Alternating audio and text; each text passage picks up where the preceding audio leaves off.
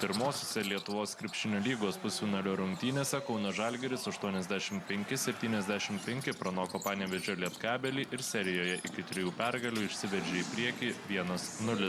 Įtemptose rungtynėse reikšmingiau nuo svečių kauniečiams atitrūkti pavyko tik ketvirtojo kėlinio viduryje. Po pergalės Žalgirio treneris Tomas Masiulis buvo patenkintas tuo, kaip pavyko stabdyti varžovų lyderius. Didelis dėmesys buvo jų žaidėjams, pagrindiniam ir Morisui ir Kulomėjai. Manau, kad neblogai susitvarkėm palyginus.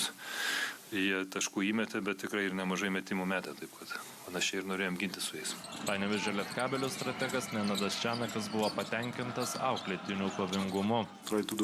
Panevėžyje stengsimės būti geresni, stengsimės geriau gintis, nesirinkdami tiek pražangų. Pamatysime. Tikiuosi, kad mano krepšininkai kovos taip pat kaip šiose rungtynėse.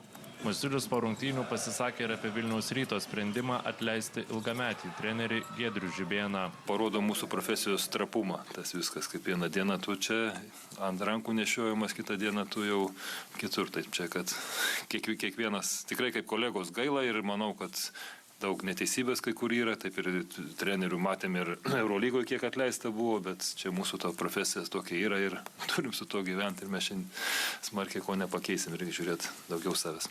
Po pergalingų rungtynių dar gerų žinių Žalgirio aistruoliams. Prie gražiausio rungtynių epizodo prisidėjęs Ąžuolas Tubelis lieka Kauno Žalgiryje.